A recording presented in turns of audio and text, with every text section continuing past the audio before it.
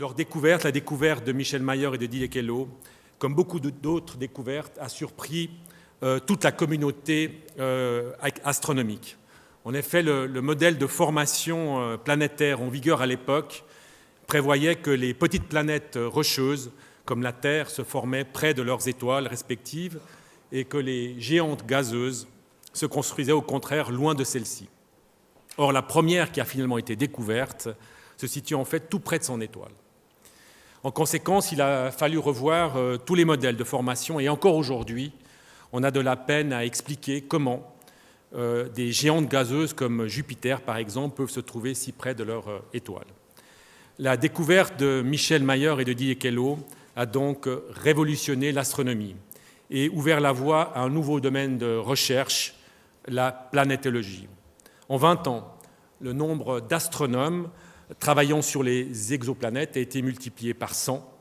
La diversité des planètes qui ont été découvertes à ce jour, environ 2000, ne cesse de surprendre et de croître jour après jour, tant la diversité de celles-ci est incroyable.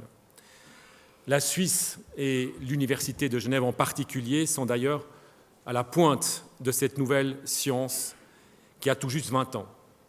J'en veux pour preuve la création d'un centre national de compétences, le NCCR Planets, placé sous l'égide des universités de Berne et de Genève, et la construction également du premier satellite suisse, Khéops, qui devrait être capable, dès fin 2017, de trouver des planètes de la taille de la nôtre. La technique développée par les deux astronomes, par Michel et Didier, a permis au département d'astronomie de notre université d'être à la pointe de la technologie dans le domaine des exoplanètes. C'est en effet à l'Observatoire de Genève qu'ont été conçus les instruments permettant de débusquer ces exoplanètes comme le spectrographe HARPS, installé au Chili et dont la précision reste inégalée 15 ans après sa mise en service. Une réussite qui a permis à l'Observatoire de Genève d'être mandaté par l'ESO, l'European South Observatory, pour la construction d'un super HARPS qui sera installé très prochainement par le Very Large Telescope au Chili. La découverte de Michel Mayor et de Didier Queloz est une porte qui s'est ouverte sur la question que tous les êtres humains, un jour ou l'autre, se sont toujours posés en regardant le ciel. Sommes-nous seuls dans cette immensité? Une question qui sera sans doute abordée ce soir par nos deux interlocuteurs et je vous souhaite d'ores et déjà une excellente soirée en leur compagnie. Merci beaucoup. Et je passe maintenant la parole à professeur Georges Menet du département d'astronomie. Je vous souhaite une excellente soirée en compagnie de nos deux astronomes. Merci infiniment. Bonsoir à tous et bienvenue. Donc ce soir, c'est à la découverte d'une découverte que vous êtes conviés. C'est finalement pas si fréquent que les chemins qui mènent à un résultat soient racontés. Et pourtant, le cheminement est souvent, des fois, tout aussi intéressant que le résultat lui-même. La raison de cela est peut-être que le cheminement ressemble à la vie et que cela nous touche un peu plus. En fait, la recherche, c'est une aventure dont le tracé n'est pas rectiligne, mais il est fait de nombreux allers-retours, de petites avancées, parfois de grands reculs, d'espoir, de doutes, de moments d'enthousiasme et aussi de traversée du désert. Et puis finalement, comme je l'ai dit, la recherche, c'est comme la vie, avec des hauts et des bas. Ce soir, c'est donc au récit d'une telle aventure que vous allez assister. Aventure racontée par ceux-là même qui la vécurent. Michel Mayor et Didier Queloz, il y a juste 20 ans, furent les premiers à découvrir une planète orbitant autour d'une étoile semblable à notre Soleil.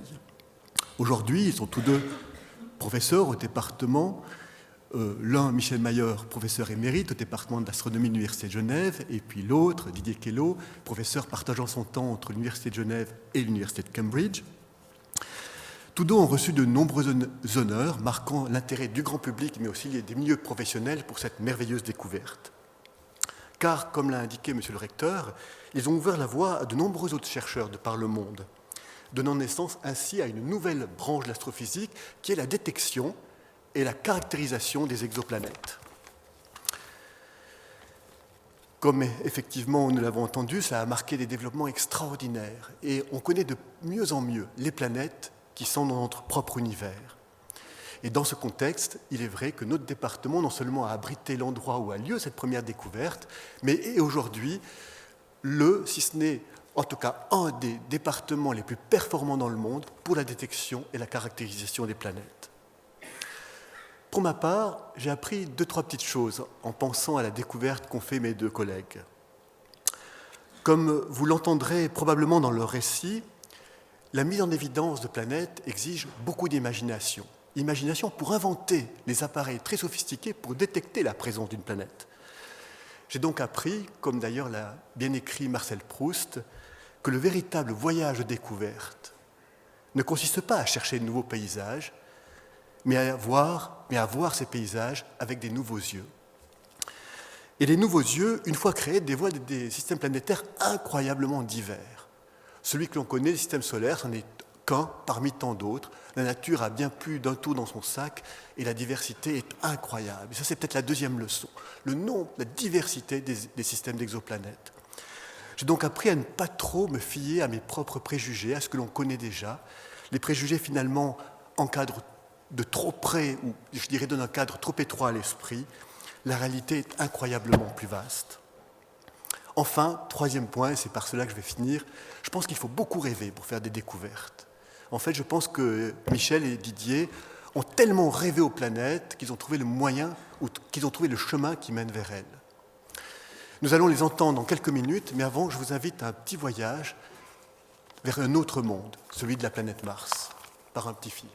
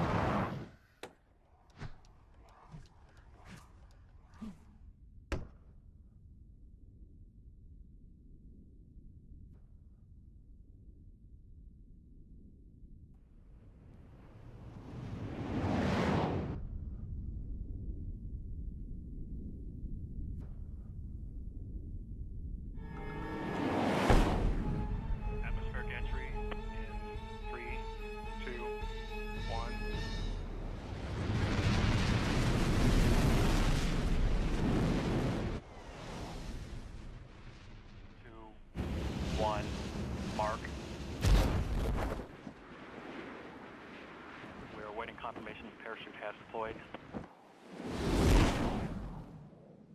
Parachute undetected.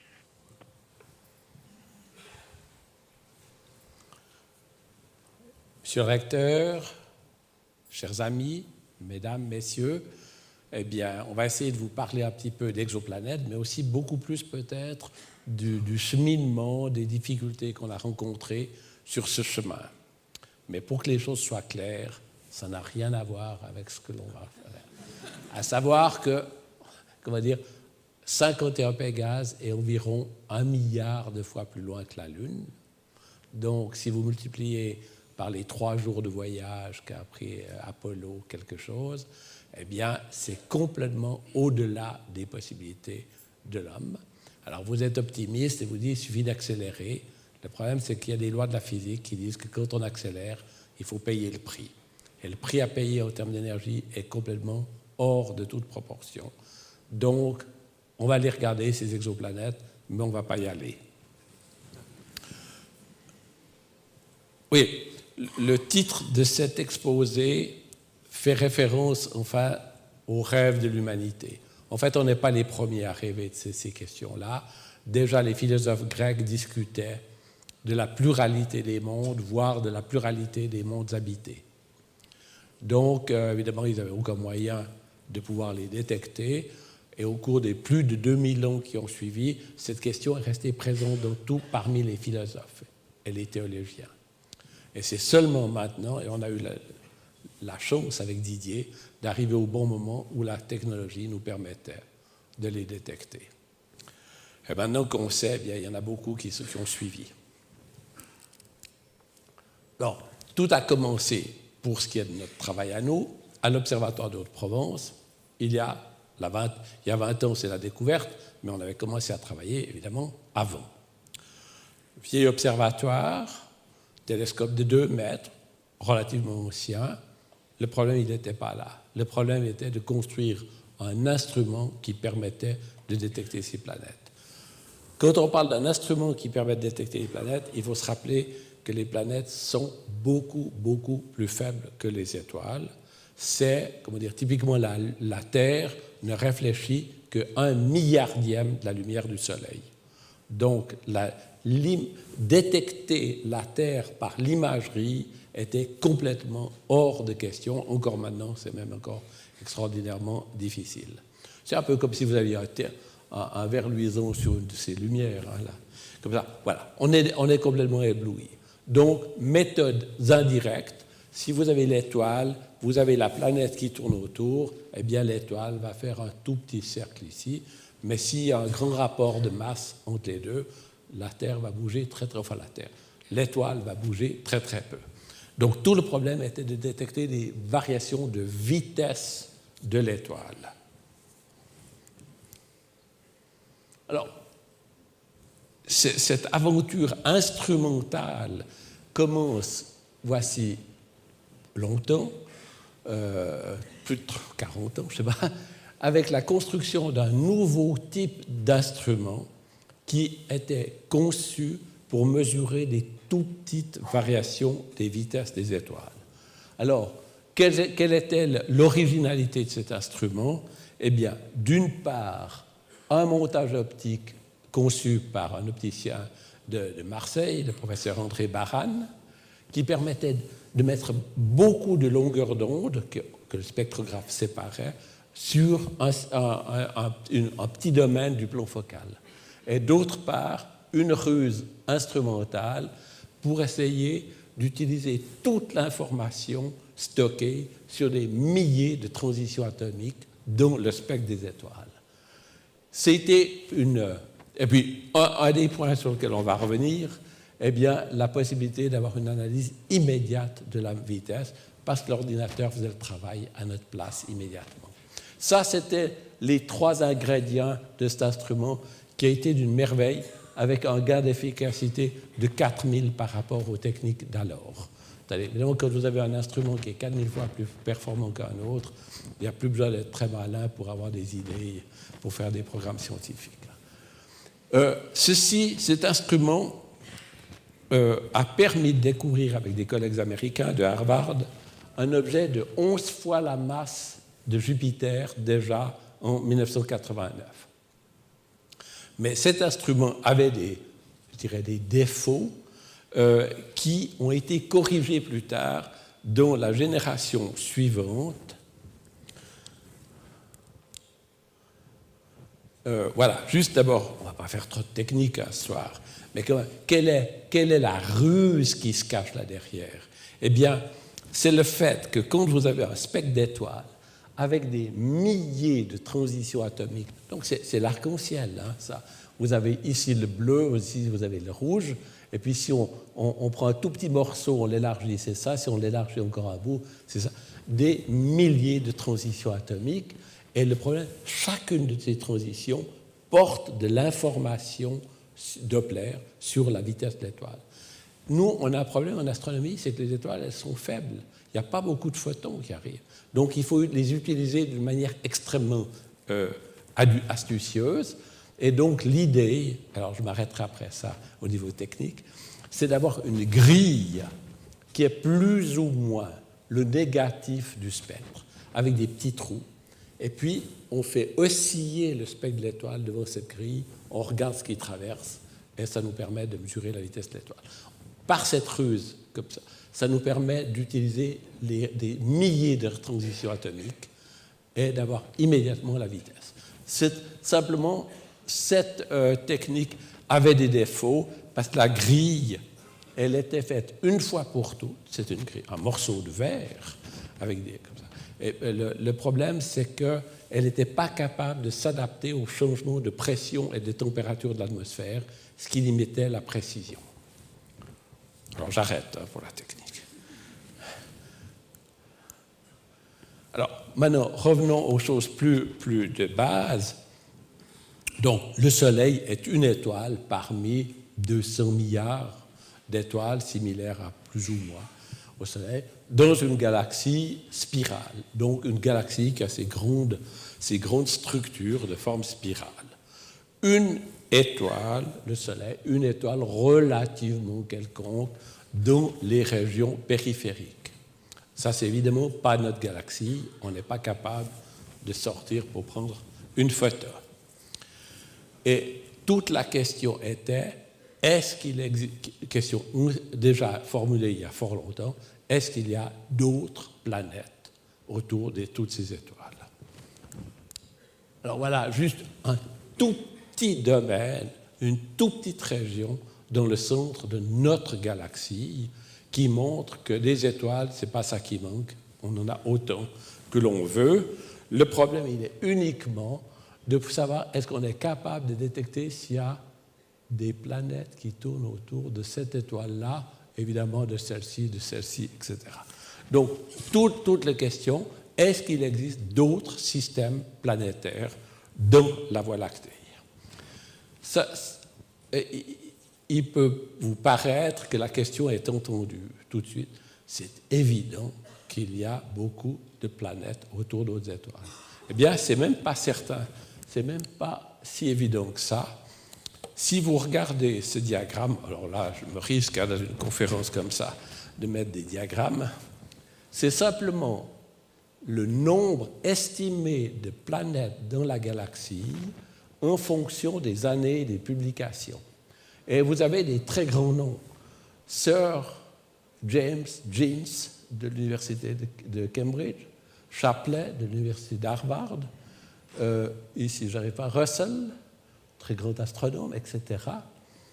Et comment dire, qu'est-ce qu'il dit? Ça, c'est une échelle logarithmique, c'est-à-dire 0. Ici, une centaine de planètes, donc là, ça veut dire qu'il y en a un gros point, quasiment un point, comme ça. Et puis tout d'un coup, dans les années 40, les idées changent immédiatement d'une manière drastique et montent à 1 milliard, 10 milliards, 100 milliards. C'est intéressant de voir les raisons pourquoi ça a changé, c'est des mauvaises raisons. En sens, c'est parce qu'il y a des astronomes qui avaient découvert apparemment des planètes autour de 2 étoiles proches du Soleil, et ça s'est révélé être faux. Donc, l'évolution des idées prend parfois des chemins qui sont inattendus. Après, peu de temps après, relativement peu de temps après, ici, en 1950 à peu près, il y a des bons arguments qui sont apportés pourquoi il doit y avoir beaucoup de planètes dans la galaxie. Par ailleurs, c'est très intéressant de voir, et aller au musée de Malagno pour voir l'exposition sur les exoplanètes, la science-fiction, le grand public était déjà persuadé qu'il y avait des tas de mondes dans l'univers, les peuplaient, etc. Alors, je ne vais pas dire tous les pas qui ont conduit au changement des idées, mais je retiens un qui me paraît être absolument décisif, c'est que, déjà depuis l'Antiquité, Kant, pas l'Antiquité, mais enfin, plusieurs siècles, Kant, Laplace et d'autres avaient compris que si toutes les planètes tournaient dans un plan dans la même direction, elle devait naître d'une nébuleuse, dans la terminologie d'alors. Le problème au début du XXe siècle, c'est qu'on ne savait pas comment la fabriquer, cette nébuleuse.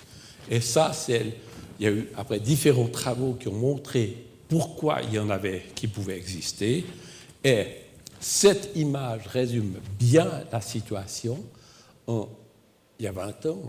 Ah oui, presque exactement.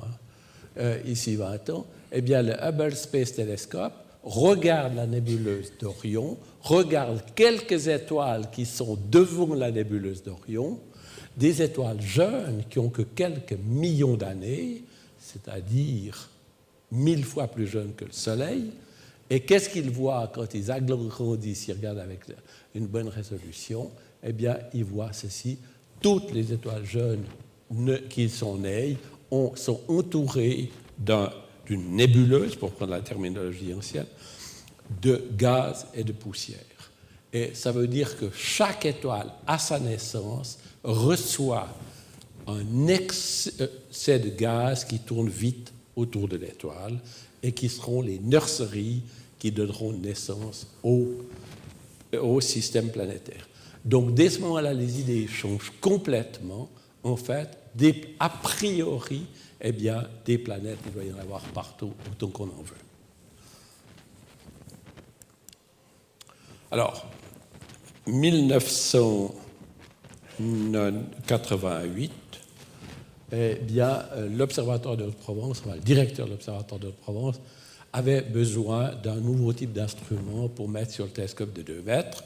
Et c'est le début du projet Elodie, qui est le deuxième instrument sur ce chemin de la quête, de la précision, de la mesure des vitesses d'étoiles.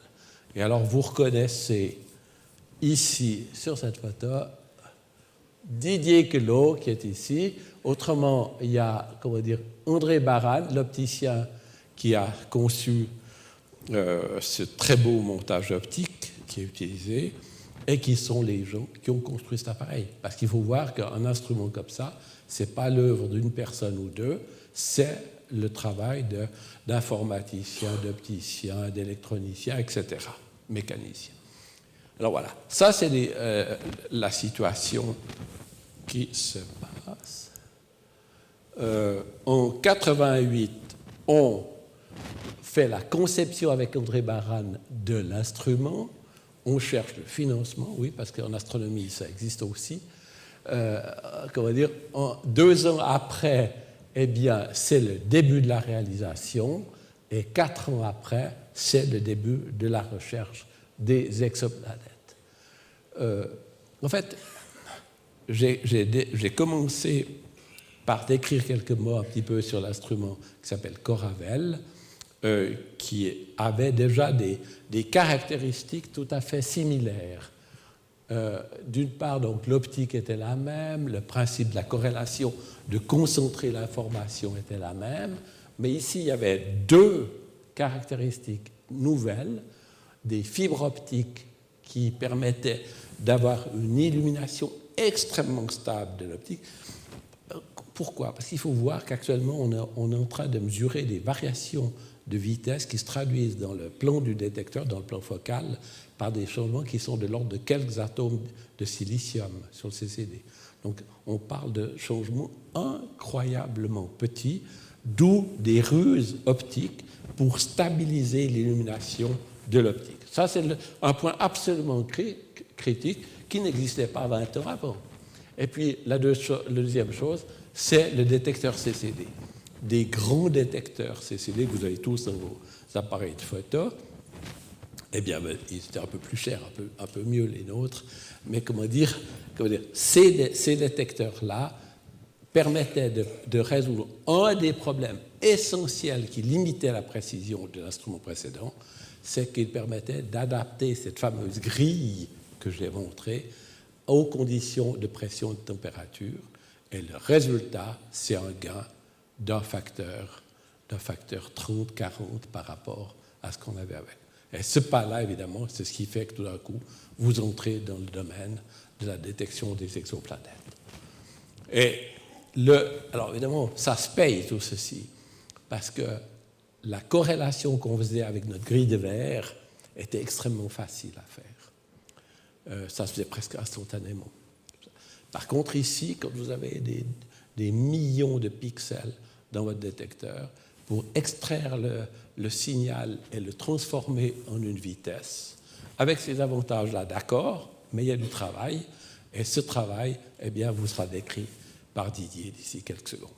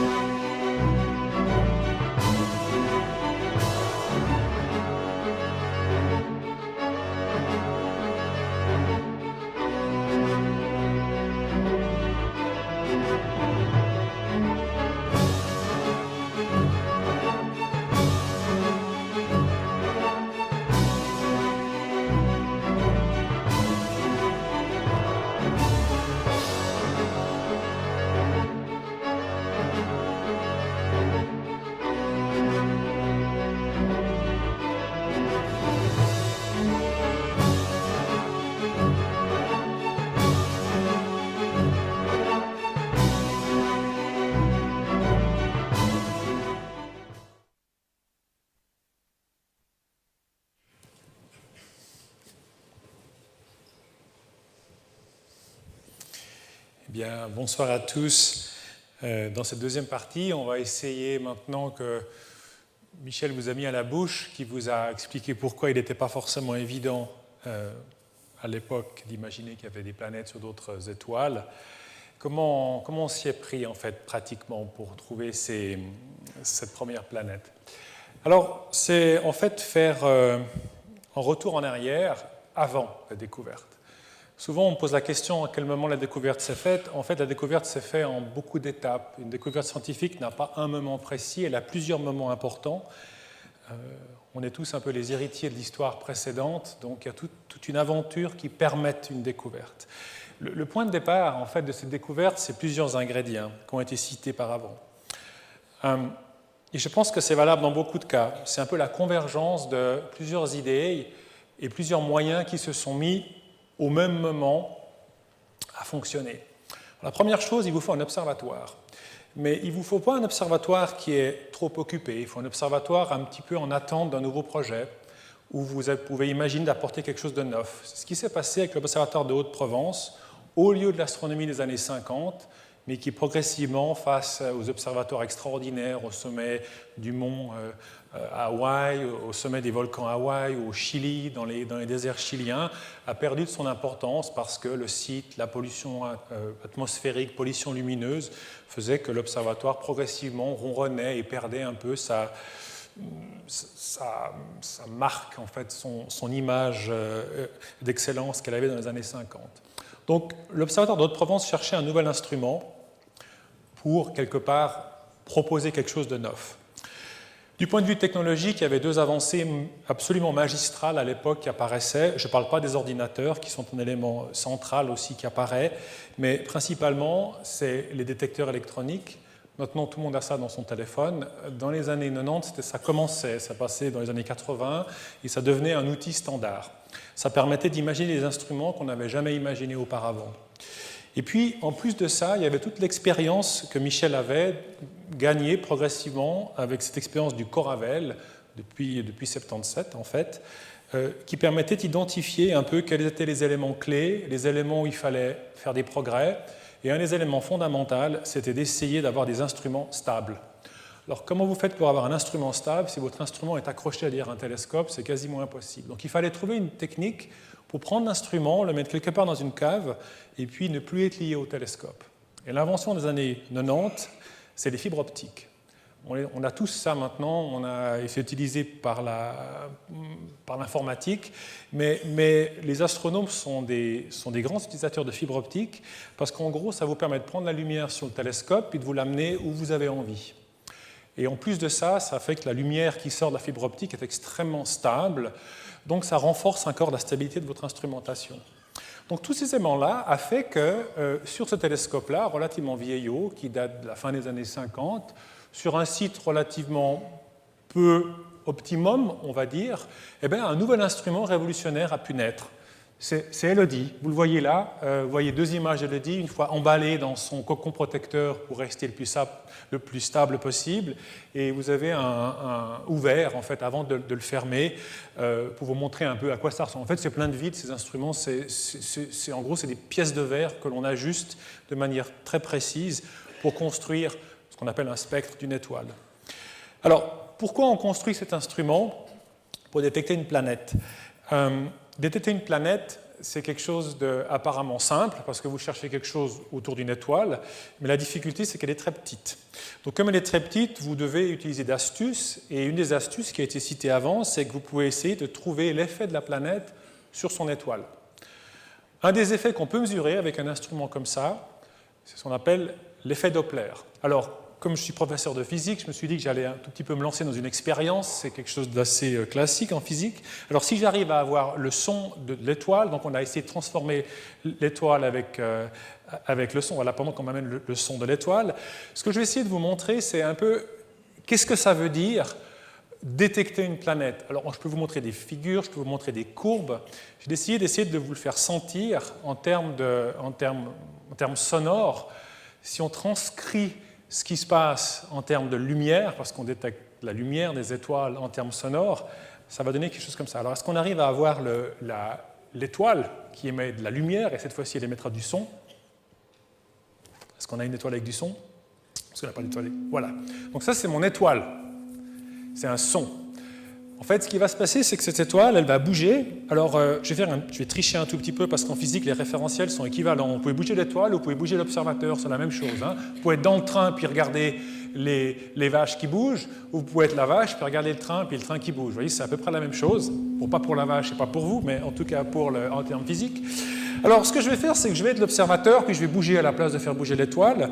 Et puis, j'ai besoin d'un senseur, donc j'ai mon spectrographe, qui est ici, en l'occurrence, transformé par mon micro. Et qu'est-ce qui va se passer? C'est que si mon étoile bouge, si vous écoutez bien, on va avoir un phénomène comme ça. Alors, attention, c'est un grand moment. J'ai promis d'essayer d'assommer personne. On va voir. Alors, on met en mouvement l'étoile.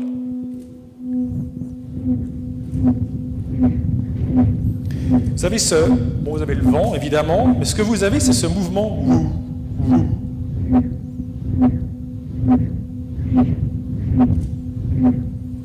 Là, on est en train de détecter une planète. Oui, presque. Merci pour le son.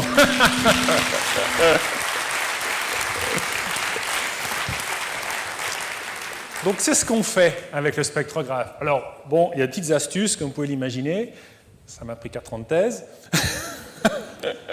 Le problème est le suivant. Soit un détecteur électronique pour lequel vous pouvez enregistrer beaucoup d'informations. Voilà le Graal du détecteur de planètes, le spectre.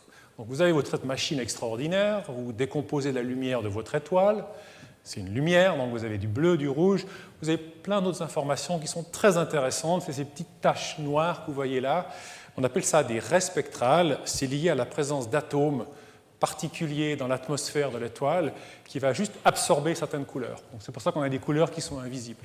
Bon, il y a certaines, pour les experts, ils vont reconnaître. L'hydrogène laisse une grosse place. En haut, il y a le cassio juste en dessous. Donc il y a plusieurs éléments qu'on peut arriver à reconnaître. C'est comme ça que, d'ailleurs, l'hélium a été trouvé. Hein. Le mot hélium, hélios, le nom du Soleil, c'est parce qu'on a vu la raie dans un spectre du Soleil. Alors, vous faites un spectre, et puis vous détectez à partir de ce spectre un mouvement de ce spectre. Donc c'est l'équivalent du son, mais c'est un mouvement. Alors vous avez juste une petite difficulté pour faire ça. C'est parce que les échelles, je ne vous les donne pas ici, mais si vous essayez de convertir votre spectre en vitesse, donc imaginons que je bouge mon étoile, Pour arriver, si je prends un de ces petits carrés, ces petits points noirs, et si je veux le déplacer juste un pixel à côté, ce qu'on appelle la résolution. Vous savez qu'on fait une image avec votre caméra, vous avez les pixels. Donc vous voulez déplacer ces traits d'un pixel à l'autre. Alors je peux le faire, mais à ce moment-là, je dois à peu près déplacer la vitesse de mon étoile environ de 5000 mètres par seconde, 15 000 km à l'heure, pour déplacer un petit pixel. Donc dans l'astronomie, ce n'est pas trop un problème. La Terre se déplace à 30 000 mètres par seconde, donc c'est des vitesses tout à fait astronomiques. Ce n'est pas un problème quand on fait de l'astronomie générale. Le problème pour trouver des planètes, c'est que vous allez chercher des effets qui sont extrêmement plus faibles que ceux-ci, et l'effet que vous allez chercher, il serait plus proche de 15 mètres par seconde. 5000, 15. Et c'est là qu'est la grosse difficulté, c'est que vous allez essayer de trouver quelque chose que vous ne voyez pas. En fait, il est là, mais il est caché. Donc il y a beaucoup d'astuces pour arriver à extraire cette information-là.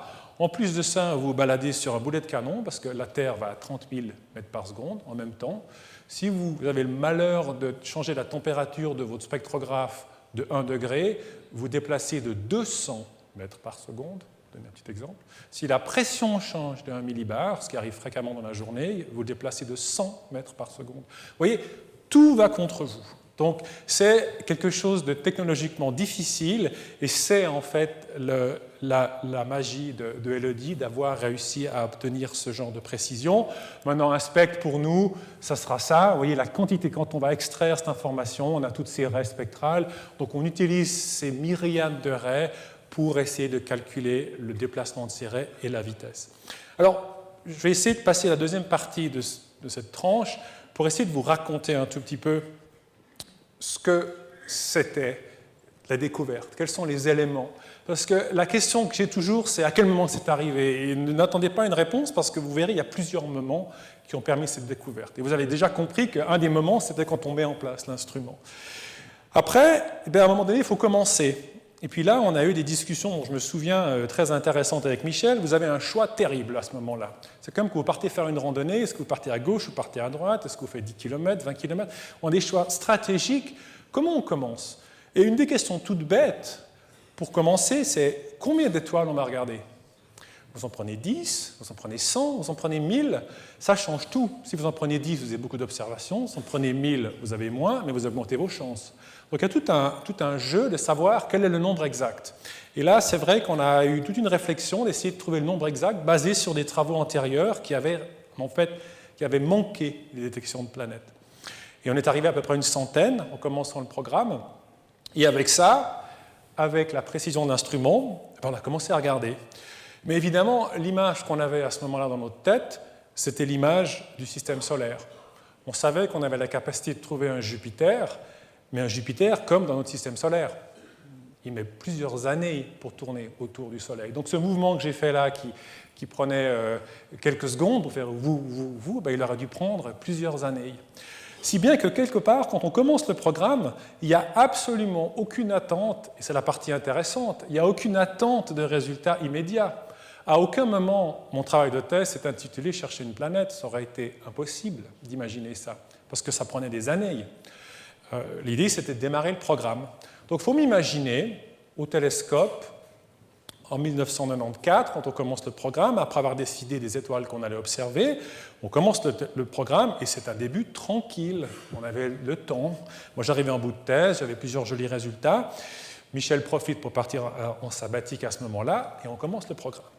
Et c'est là que la surprise va arriver quelque part, parce que rien ne va se passer comme on a imaginé. Alors, j'ai décidé de vous mettre les figures originales, puis de vous aider un peu à les comprendre. Ça, c'est ce qu'on a publié pour vous expliquer les mesures qu'on a faites. Alors, l'étoile 51 Pec, c'est une parmi tant d'autres. Elle est juste un peu plus brillante, donc on l'observe un peu plus vite. On choisit parce qu'elle est plus brillante, on commence par celle-là. Et on commence à mesurer des points. Donc, il faut m'imaginer, au télescope, on fait une mesure, on a un calcul de points, ça prend un temps incroyable. À ce temps-là, les ordinateurs sont très lents, il y a plus de 30 minutes pour avoir le calcul qui est effectué. On est déjà en train d'observer une autre étoile, c'est relativement long, c'est relativement, on va dire, pénible d'observer parce qu'on n'est pas vraiment très efficace au tout début. Et puis on observe l'étoile le lendemain, puis voilà, puis on dit, voilà, on fait des points de vitesse, puis on suit un peu ce que fait l'instrument. Alors les premiers points qui ont été pris, ils sont là-haut. Les premiers points entre septembre et novembre. Ce qui s'est passé, c'est que c'est un de ceux-là, je ne sais plus lequel. Le deuxième, c'est que c'est un de ceux-là. Puis voilà. J'en reviens 2 mois plus tard, au mois de novembre, je observe mon étoile, j'avais déjà commencé à observer.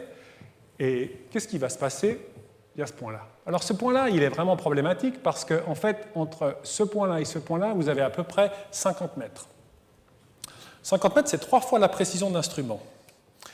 Et en fait, si on me demande à quel moment la découverte de la planète s'est faite, ben, j'ai dit c'est un des moments.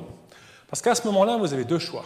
Soit vous dites, bon, rien de spécial, 3 fois l'erreur, je passe à une autre étoile, puis on ne trouve rien, parce que ça aurait été noyé dans les autres étoiles.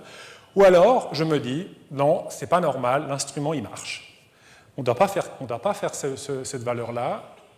On doit avoir ici une vitesse qui est trop loin. Alors là, je dis, oui, j'ai aussi été entraîné par un maître, qui est Michel sur Coravelle, parce que quand on commence, on allait faire du Coravelle à l'époque, et quand on va faire du Coravelle, la règle d'or, si un point de vitesse n'est pas anormal, observez tout de suite. C'était vraiment une sorte de mantra. Alors, quelque part, influencé par cette vision, est-ce que le point n'est pas bon? Je dis, allez, je le observe encore. Je observe le point, et puis le point, en fait, remonte. Mais il remonte un petit peu plus haut. Je me dis, c'est quand même bizarre, parce que statistiquement, c'est quand même un tout petit peu étrange, ce qui se passe.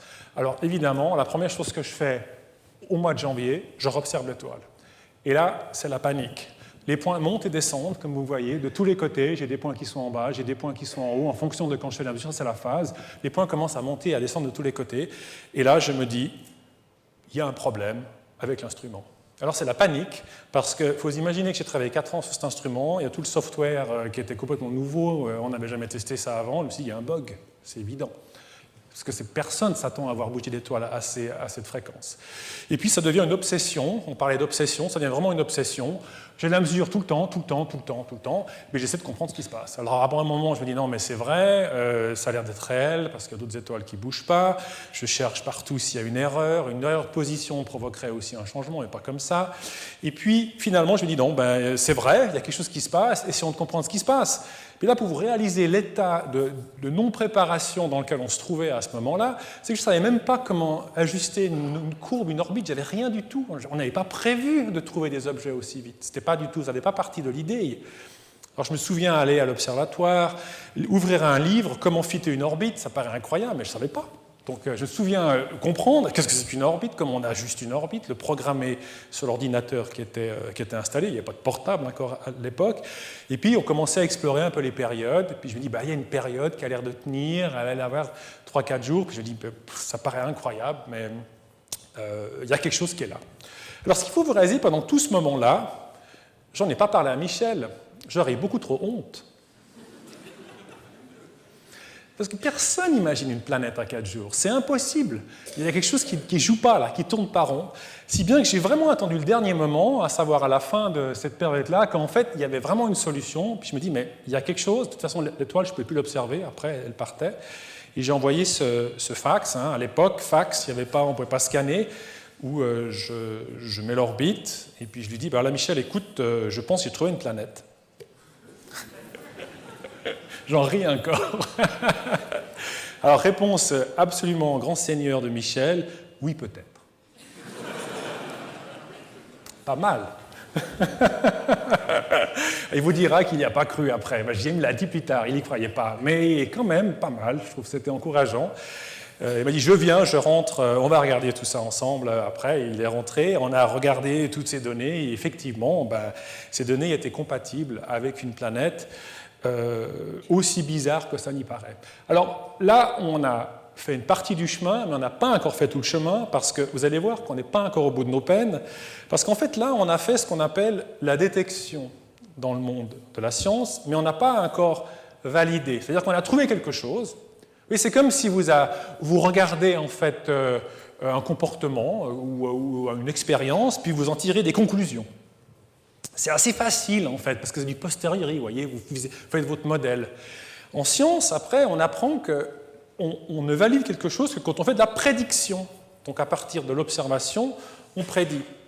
Alors, le jeu, à partir de maintenant, que l'objet est identifié, qu'on a un ensemble d'étoiles, ça va être essayer de se convaincre nous-mêmes qu'on peut faire cette étape supplémentaire et puis qu'on peut être sûr qu'effectivement cette conclusion absolument aberrante ne peut être due qu'une planète. Alors, je vais vous faire languir un petit peu, il y aura un petit épisode entre-temps, parce que la suite, ça va être raconté par Michel un peu plus tard. Je vous remercie.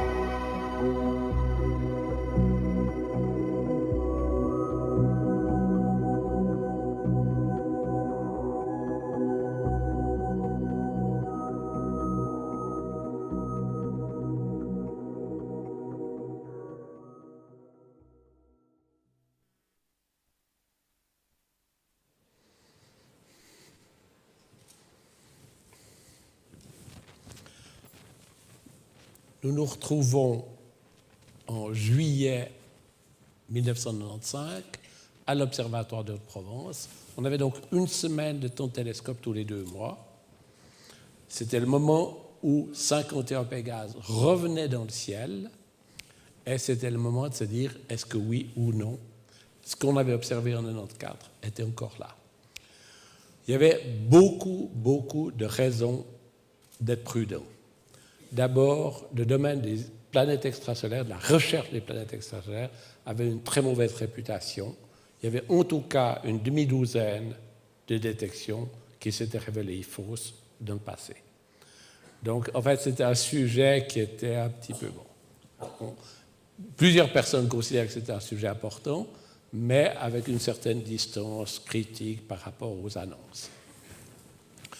L'autre chose, c'était un papier qui est apparu en février 1995 d'un astronome américain important dans le problème de la fabrication des planètes, qui disait, en tout cas, la technique des vitesses radiales n'est pas la bonne pour détecter des planètes, parce que les planètes géantes gazeuses comme Jupiter ne peuvent pas avoir de courte période, elles ne peuvent pas être en dessous de 10 ans de période.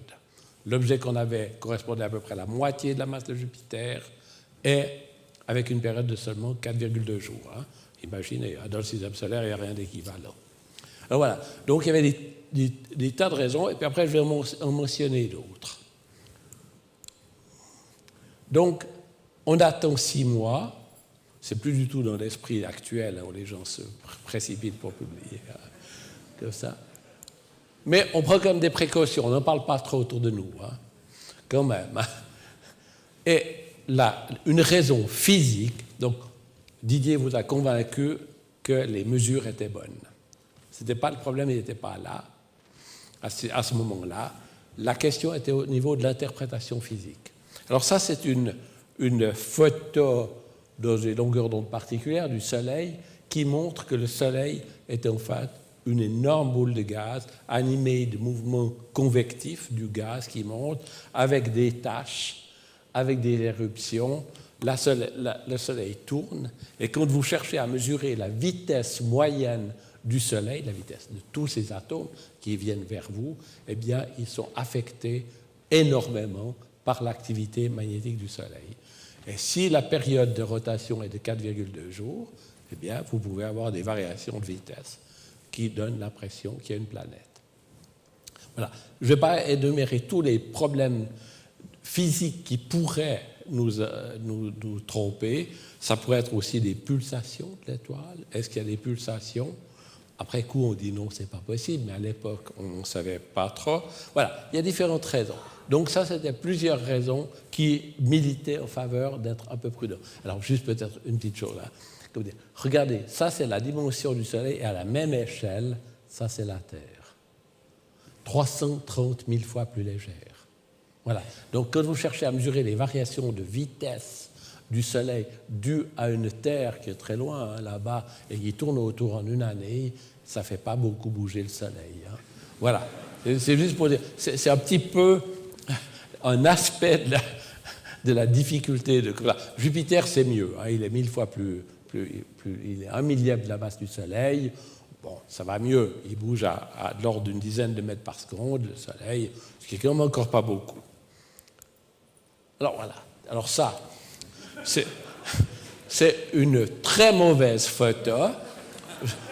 Je pense que quand on l'a prise, on n'a jamais imaginé qu'on la montrait 20 ans après, comme ça, qui montre simplement Didier et moi-même dans la coupole du télescope de 2 mètres, donc de l'Observatoire de Haute-Provence. Voilà, on est hilar, on y croit, on a vérifié que la périodicité de la vitesse de l'étoile est encore observable une année après. À ce moment-là, on y croit.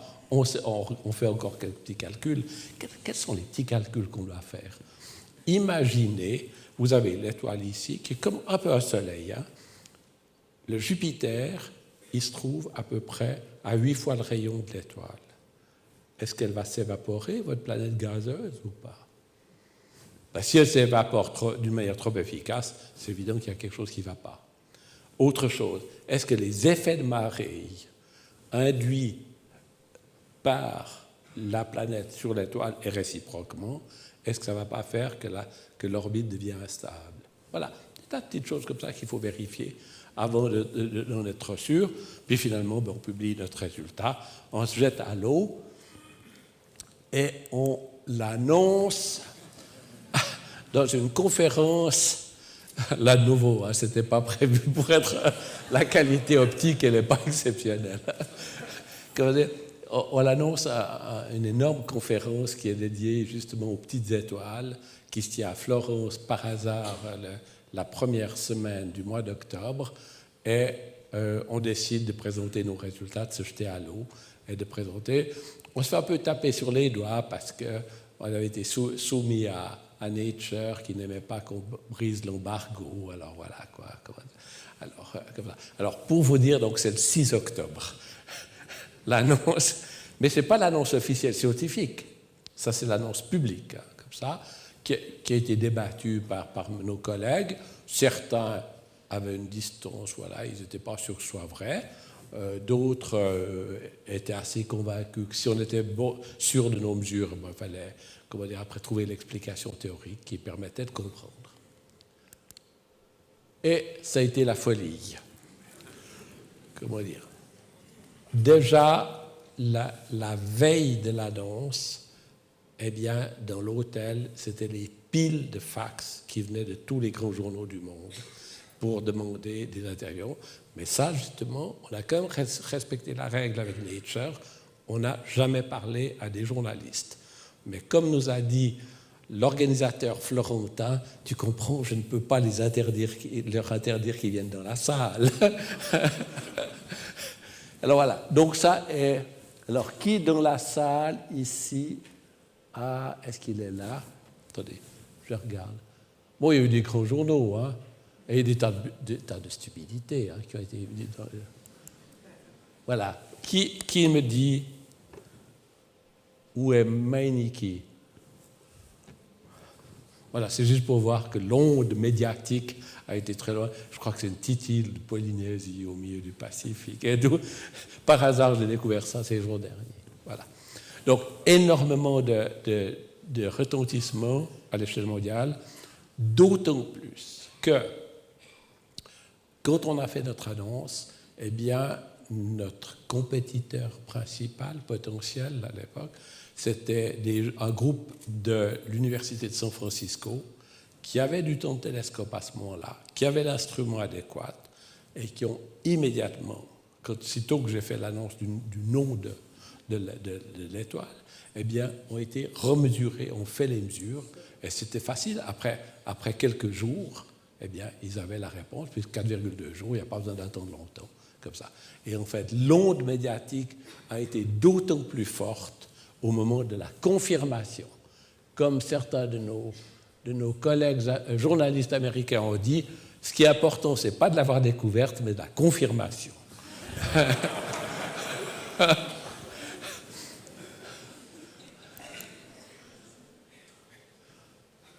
Alors, évidemment, cette découverte, avec ce Jupiter de 4 jours de période, les gens n'étaient pas prêts à l'admettre. Pourquoi?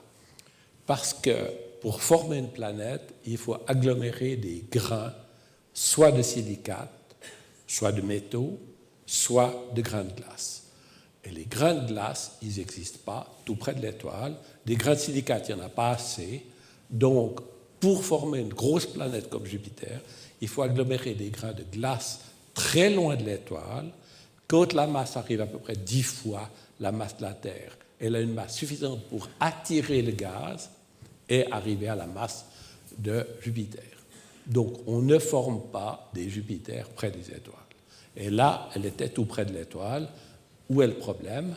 Très vite, la réponse est venue extrêmement vite d'un groupe de théoriciens américains qui a montré qu'en fait, les planètes naissent réellement très loin des étoiles, les grosses planètes, mais après l'interaction gravitationnelle avec le disque de gaz et de poussière fait qu'elle va spiraler en se rapprochant. Voilà. Donc, très très vite, c'était dans les semaines après, nos collègues publiaient l'interprétation théorique qui permettait de comprendre cette observation. Et puis, depuis ce moment-là, ça a été la folie. Il y a eu, un nombre énorme de découvertes qui sont arrivées. Et puis, comme ça a été dit, actuellement, on en est à plus de 2000. Et là, je dirais, si on devait résumer un petit peu cette énorme masse de données, c'est la découverte de la diversité des systèmes planétaires. Les systèmes planétaires dans la galaxie ne sont pas du tout des copies d'une autre. Il y en a peut-être qui sont identiques, mais il y en a énormément qui sont différents. Des planètes qui tournent avec 0,3 jours, donc 8 heures de période, extrêmement court. Des planètes qui sont océans, c'est-à-dire des grosses boucles d'eau, mais pas un mince océan comme chez nous, des centaines de mètres de profondeur. Des planètes de lave liquide, parce qu'elles sont tout près, etc. Voilà. Donc une énorme diversité, des petites planètes, des grandes planètes. Et maintenant, il faudra comprendre tout ça pour comprendre la formation des systèmes planétaires et de notre système planétaire en particulier.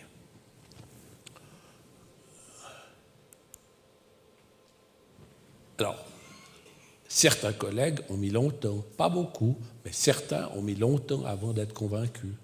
C'est, je dirais, une démarche normale de la science, aussi, d'apprendre comme ça. Et je crois qu'une observation importante a été faite quelques années après, pas beaucoup.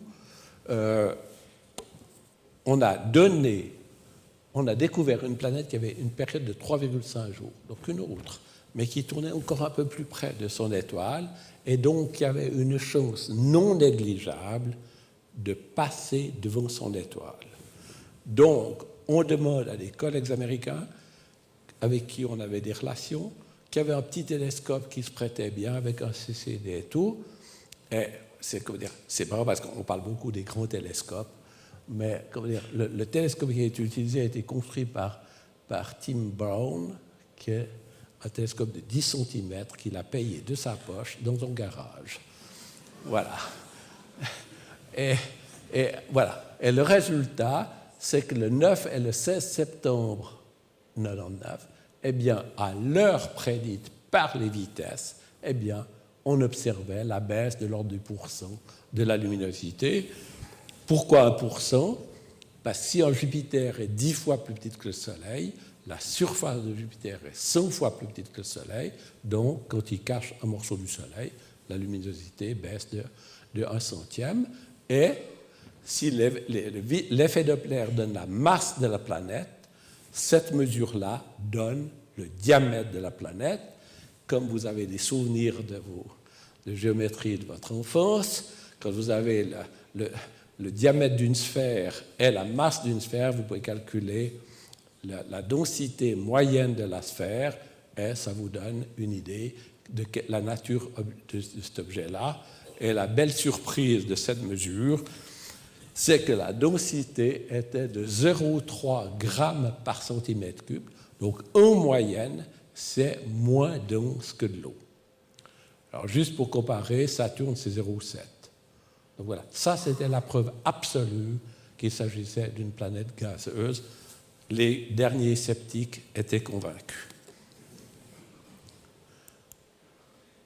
Après, l'histoire s'est poursuivie. On a construit un autre instrument qui s'appelle HARPS. Alors, on ne va pas décrire les avantages de cet instrument. Il est sous vide, il a un plus grand réseau pour séparer les longueurs d'onde, il est dans une chambre qui est contrôlée à quelques millièmes de degrés pendant la nuit en température, etc. Le résultat, c'est que maintenant, on est à 0,3 mètres par seconde. C'est-à-dire qu'on voit varier la vitesse d'une étoile qui varie à cette vitesse-là. Voilà. Donc, c'est juste pour dire qu'on a fait des progrès dans l'instrumentation. On est sur un télescope maintenant de 3,60 m, parce que pour mesurer les vitesses précises, il faut avoir un grand télescope, il faut beaucoup de photons. Alors là, on est au Chili avec un télescope de 3,60 m. Et ceci donne une image. Ça, c'est les masses des planètes détectées en fonction des années. 51 Pégase, elle est là. Ça, c'est une fois la masse de la Terre. Ça, c'est 10 fois, 100 fois, 1000 fois la masse de la Terre. Et regardez l'énorme foison des découvertes. Mais ce qui est plus impressionnant, c'est l'enveloppe inférieure. Ça veut dire qu'on a fait du bon travail. On a développé des instruments qui étaient bien plus précis. On a adopté des stratégies d'observation qui étaient un peu plus futées. Et quand je dis « on », ce n'est pas nous, c'est l'ensemble des chercheurs d'exoplanètes. Bon, on en a plusieurs des objets par ici aussi. Voilà. Donc ça, c'est la quête actuellement des tout petites planètes. Parce qu'au début, évidemment, les Jupiters, c'était plus facile que les tout petites planètes. Et je vais terminer tout bientôt. Alors voilà, ça c'est le nouvel instrument.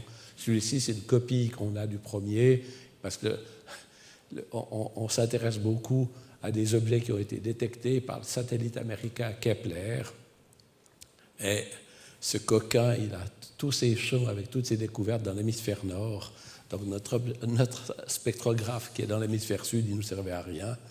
Et donc, d'où la nécessité d'en construire une copie que vous voyez ici, qui est sur un télescope de 3,50 m à La Palma. Et je terminerai, j'espère, avec cette image. Oh là là, oh là là. Qu'est-ce qu'on cherche en particulier là-bas? On a beaucoup de nuits de télescopes là-bas à La Palma. Eh bien, c'est d'essayer de caractériser les planètes rocheuses comme la Terre. En gros, quelle est la plus grosse planète rocheuse qui peut se former autour des étoiles? Et alors, on prend des objets détectés par Kepler. Kepler, qu'est-ce qu'il détecte? Il détecte des baisses de luminosité. Ce n'est pas la masse. Et si on fait des bonnes mesures, ici on met le rayon mesuré par Kepler, ici on met la masse que l'on mesure nous, et on voit que la Terre et Vénus seraient là. Un, c'est la Terre, un ici, et ça, c'est tous des objets qui ont été mesurés jusqu'à 5 fois la masse de la Terre. Eh bien, on trouve des planètes rocheuses. Puis après, il n'y a plus assez de silicates. Eh bien, c'est des planètes beaucoup plus grosses, plus basse densité, comme ça. Ça, c'est tous des courbes qui dépendent de la composition chimique. Bon, la densité va dépendre de comment vous faites votre planète. Voilà. Donc, actuellement, on a un regard très fort sur les tout petites planètes, dans le but de, évidemment, très ultérieurement, de s'intéresser à d'autres raisons pour les petites planètes, peut-être la vie. Et maintenant, c'est Didier qui continue.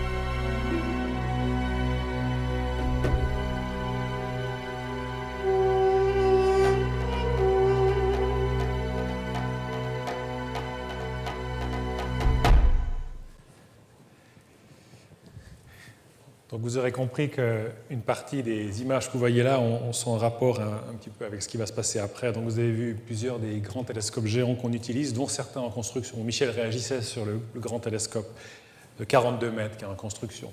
Donc c'est un peu lié à ce que je vais essayer de partager avec vous. C'est un vaste sujet. Je vais essayer de partager quelques idées, quelques éléments. Finalement, où allons-nous? Donc vous avez compris qu'on a trouvé des milliers de planètes, qu'on trouve des planètes qui ont la masse de la Terre, certaines ont la taille de la Terre. On est surpris par cette diversité. Et un peu, comment on continue à partir de là? Qu'est-ce qu'on cherche? Qu'est-ce que l'on vise? Alors, juste peut-être vous faire vraiment prendre vraiment conscience de ce qu'on a trouvé. Le plus simple, c'est simplement de comparer. Un astronome, quand il pense à des planètes, il pense au système solaire, parce que c'est là-dessus qu'on a construit tout notre ensemble de connaissances. On est allé dans toutes ces planètes, on a des éléments, on mesure les atmosphères, on a un mécanisme très complexe qui explique la formation. On peut expliquer beaucoup de choses aussi, où se trouve, pourquoi il y a certaines météorites à certains endroits, certains astéroïdes à certains endroits. Donc on a vraiment tout un bagage culturel qui a été développé. Et pour essayer de vous faire ressentir à quel point on est quelque part un petit peu perturbé par tout ce qu'on a trouvé, je vais vous mettre à la même échelle un système typique tel qu'on en trouve actuellement avec les instruments que Michel a mentionnés. Voilà, donc ça c'est le système trouvé par Kepler. L'échelle en fait de ce système, c'est dans cette petite case qui se... Vous voyez, il y a Mercure ici, en anglais, il est là, Mercure, vous l'avez là, vous avez le système solaire. Donc le système se trouve à l'intérieur de Mercure. Donc l'énorme majorité des planètes que l'on connaît, en particulier les petites, elles se trouvent toutes dans cette petite case ici. Donc ça, c'est quand même un peu embarrassant comme situation parce qu'en fait, elles se trouvent dans une zone où en fait, vous n'avez rien dans le système solaire. Et quelque part, au tout début de cette aventure, il y a l'idée d'essayer de comprendre notre système solaire. Pourquoi on est comme ça? Comment la Terre se forme? Et quelque part, on n'a pas vraiment répondu à cette question. On a répondu à plein d'autres questions, et ça c'est fréquent en science, on veut répondre à une question, puis on ne fait que trouver d'autres questions qui amènent d'autres réponses qui sont souvent encore plus intéressantes.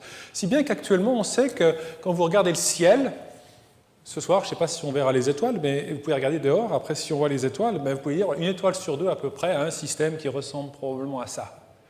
Ça, on ne sait pas. Donc c'est encore une grande avenue de la recherche qui arrive, qui est d'essayer maintenant de trouver ces systèmes qui sont plus proches du système solaire. Alors c'est très difficile, comme ça a été mentionné avant, parce que la Terre provoque un effet, en l'occurrence, si on veut la détecter avec la même technologie qu'on a détecté 51 PEG, extrêmement petit, plus petit que 10 cm. Donc on y arrive, mais ça reste extrêmement difficile. Donc ça, c'est un des éléments actuellement vers lequel on se dirige, qui est lié en fait à cette grande surprise, des systèmes qui sont différents. Derrière ça, il y a aussi autre chose d'intéressant, c'est qu'on a l'impression que le système solaire a été reconfiguré au cours de son histoire. À peu près 1 milliard d'années après avoir été formé, il y a eu ce qu'on appelle une grande reconfiguration, avec peut-être une inversion de position d'Uranus et de Neptune, peut-être que c'était dans l'autre sens, et un écartement du système et une arrivée massive d'eau à travers des météorites sur Terre. Si c'est vrai, on a plusieurs indices que ça pourrait être le cas. À ce moment-là, ça devient un ingrédient assez intéressant pour des questions comme par exemple l'origine de l'eau ou l'origine de la vie sur Terre. Donc on voit bien que ces problèmes de configuration et de comparaison avec d'autres systèmes ont des conséquences assez importantes pour la compréhension de notre propre système solaire. Maintenant, qu'est-ce qu'on a trouvé? Alors, on pourrait faire presque une liste à la Prévert ici, mais pour vous donner un tout petit peu les ingrédients et les tenantes intérêts que cela suscite, ben voilà un petit peu un bréviaire de ce qu'on trouve. Alors bon, vous avez vu qu'on a trouvé des Jupiters chauds, donc c'est des Jupiters qui ne sont pas où ils devraient être, mais ils sont là, ils sont très rares. C'est des objets très intéressants parce que pour la plupart d'entre eux, on peut étudier pas mal de choses sur l'atmosphère en particulier. Parce que comme ils sont prêts, on peut détecter leur atmosphère. Puis on arrive à une situation assez amusante. On détecte de l'eau dans ces Jupiters chauds, ce qui est normal. Quand vous formez un Jupiter, vous partez d'eau. Pour vous donner une comparaison, la recherche de l'eau dans notre Jupiter, c'est la raison pour la mission qui est partie maintenant il y a 5 ans, qui va arriver l'année prochaine. Le nom m'échappe pour l'instant. Il y a une mission qui va arriver sur Jupiter, qui va aller chercher l'eau. Ils ne cherchent que ça, ils ne cherchent que l'eau. Donc, quelque part, on a déjà trouvé ça sur les systèmes exoplanètes. Donc, pour essayer de voir comment ça peut être intéressant, ce genre de système, pour comprendre notre système solaire. On a maintenant des planètes qui n'ont pas vraiment de contrepartie. On appelle ça des super-terres ou des mini-Neptunes. Donc, vous avez Neptune d'un côté, vous avez la Terre de l'autre. En fait, c'est un peu simpliste. On a des choses un peu intermédiaires. Donc, est-ce que c'est des Neptunes plus petits? Est-ce que c'est des terres avec beaucoup d'atmosphère? On n'en sait rien. Ça ouvre un champ d'études de la physique des atmosphères et des planètes très intéressant. Donc, quelque part, là, on dépasse presque la science-fiction dans la diversité que l'on peut imaginer de ces systèmes. Alors, ce qui est très impressionnant, en général, quand je fais des conférences publiques dans des écoles, quand je parle des planètes de lave, alors là, ça suscite beaucoup d'intérêt, parce que ce qui se passe, c'est que si vous prenez une planète comme la Terre, puis vous la rapprochez tellement près que la température monte à 3000 degrés, il y a tout qui fond, à peu près. Donc vous êtes sur une planète qui est de la lave. Alors vous pouvez le voir de deux manières différentes. En fait, ça devient un volcan. La planète devient elle-même un volcan. Alors actuellement, on a des mesures assez controversées qui montreraient que peut-être même il y aurait même des éruptions sur des planètes comme ça, tellement importantes qu'on pourrait même les voir. Ça ferait une sorte d'atmosphère éruptive en permanence. C'est complètement incroyable comme objet, avec beaucoup de possibilités d'essayer de comprendre la nature physique de ces objets. Vous voyez, là, on dépasse vraiment l'entendement et la diversité qu'on pouvait imaginer dans le système solaire.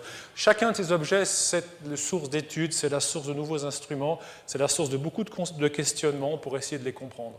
On est un peu comme un jardinier qui a toujours cultivé des roses, et puis tout d'un coup, il va visiter la forêt vierge, puis il découvre les orchidées et tout le reste. Voilà, on est un peu comme ça, on est en train de comprendre cette énorme diversité, et d'où l'intérêt, d'où l'engouement pour cette thématique. Alors, il y a un autre sujet que j'aimerais aborder, parce qu'il est quelque part sous-jacent à tout ça, c'est la question des zones habitables. Donc, évidemment, il ne faut pas se leurrer, quand on cherche des planètes, on associe avec cela tout de suite la recherche de la vie. C'est naturel, c'est normal, ça a toujours été quelque part dans nos têtes, mais ce n'est pas quelque chose que l'on fait, mais c'est quelque chose que l'on prépare. L'engouement probable qui nous a surpris quand la découverte de 51 PEG a explosé au monde, ça a été, je pense, en partie de ça. Je pense qu'il y a une sorte d'amalgame qui se fait entre la planète et la vie. Alors, du point de vue technique, on a des éléments pour essayer de définir des zones, on va dire, qui pourraient correspondre, on va dire, confortable, voilà, pour la vie. Alors, qu'est-ce que c'est une zone confortable pour la vie? En gros, il ne faut pas être trop près du Soleil, autrement, c'est une planète de lave, donc voilà, c'est pas terrible. Ou vous êtes trop loin, vous êtes congelé comme Pluton, il ne se passe pas grand-chose. Vous devez être dans une zone un peu idéale, et si vous prenez des atmosphères terrestres comme référence, vous vous posez la question jusqu'à où je peux aller plus près, ou plus loin je peux aller, et vous avez une zone qui se situe à peu près entre Vénus, la Terre et Mars. C'est assez intéressant quand même d'imaginer que nos 3 planètes telluriques, les 3 pour lesquelles on pourrait avoir de la vie, se trouvent juste dans une zone où on pourrait avoir de la vie. Mais les 3 le sont à peu près. Mais il n'y a que sur la Terre qu'il y a eu de la vie. Pourquoi ? Vous voyez, la notion de « on est au bon endroit » ne suffit pas, visiblement. Il y a tout un autre critère, et les critères sont géologiques, atmosphériques. Mars est trop légère, a probablement perdu son atmosphère. Vénus n'a probablement pas de tectonique de plaques, donc on ne peut pas recycler son azote. Donc on obtient une atmosphère saturée qui fait un effet de serre qui s'emballe. Vous voyez, il y a beaucoup d'éléments qui entrent en jeu, évidemment qui sont extrêmement passionnants pour un astrophysicien, parce qu'on sait ce qui se passe dans le système solaire. Maintenant, imaginons qu'on va étudier ce genre de choses sur d'autres étoiles. Et on va le faire. Ça fait partie du plan. On détecte maintenant des planètes dans cette zone, et on se pose la question, dans quelle mesure pouvons-nous essayer d'aborder le problème de la vie ? Alors, c'est un vaste sujet, ce problème de la vie, donc je vais l'aborder un peu d'une manière, on va dire, naïve, en essayant de vous montrer ce qu'on peut imaginer. Rêvons un peu, quelque part, le rêve de l'astronome. Ça, c'est la seule image vraiment de bonne qualité que l'on ait d'un système planétaire. Et on en a une, c'est celle-là. Les experts auront reconnu, j'ai mis le nom de l'étoile dans le petit bord à droite. C'est une des étoiles pour lesquelles il y a un système de plusieurs planètes. Alors, si vous êtes un petit peu expert des échelles, vous réalisez que 20 unités astronomiques, c'est relativement loin. Là, il y a l'étoile, on l'a enlevée, on l'efface, puis les planètes sont très très éloignées. Donc, c'est des planètes comme Jupiter, même plus grosses, certaines, beaucoup plus éloignées. Donc là, on a un système pour lequel on a une image. Vous pouvez vous imaginer maintenant, évidemment, les techniques vont s'améliorer, le télescope qui va arriver sera capable de faire mieux, donc on va pouvoir zoomer à l'intérieur. Alors si on zoome à l'intérieur, quelque part dans une zone comme ça, c'est là qu'on va devoir chercher les petites planètes. Alors on va aller chercher, on va les trouver, et puis on va améliorer notre capacité de faire des images. Et un jour, rêvons, on aura ce type d'image. Ça, c'est une planète extrasolaire vue avec un très gros télescope sur une autre étoile. Elle n'est pas très loin, l'étoile, à peu près une vingtaine d'années-lumière, donc très proche par rapport à l'ensemble de la galaxie, suffisamment loin pour avoir une grande difficulté d'y aller, mais suffisamment proche en termes d'environnement. Et la question qu'on peut se poser là, que je pose toujours, c'est, oui, ça c'est le futur, mais dans quelle mesure c'est vraiment le futur ? C'est le futur très très lointain ou c'est le futur très proche ? Alors, il y a un petit jeu qu'on peut faire. Les gens qui m'ont donné cette simulation, ils ont considéré différentes tailles de télescopes. Quelle taille de télescope faut-il ? Parce que taille vous donne la résolution pour obtenir une image comme ça. Alors, j'ai pris un exemple simple. J'ai essayé de le comparer avec quelque chose qu'on connaît. Voilà, le télescope. Alors vous rigolez, je comprends, c'est l'idée, ça fait à peu près 150 km, 100 à 150 km, vous vous dites, il est devenu fou. En fait, moi j'aimerais vous partager un tout petit peu ma manière de voir maintenant la science. Vous savez, je vois tout ce qui s'est passé dans 20 ans, on peut deviner ce qui va se passer dans 20 ans, c'est pour bien au-delà. Que dire de quand il va se passer plus loin ? Dans quelle mesure pouvons-nous projeter notre capacité de faire ce genre de choses ? Rien ne brise les lois de la physique. On peut imaginer qu'on peut arriver à former un méga-télescope dans l'espace. La taille dans l'espace n'est pas trop problématique, c'est juste un problème d'assembler les choses. Vous n'êtes pas soumis à la gravité.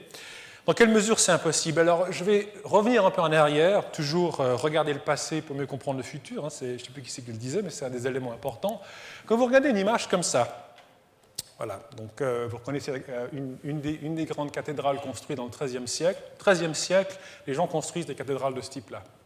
C'est complètement incroyable quand vous y pensez. C'est une complexité inouïe, c'est un peu l'achèvement technologique qui se faisait il y a 700 ans.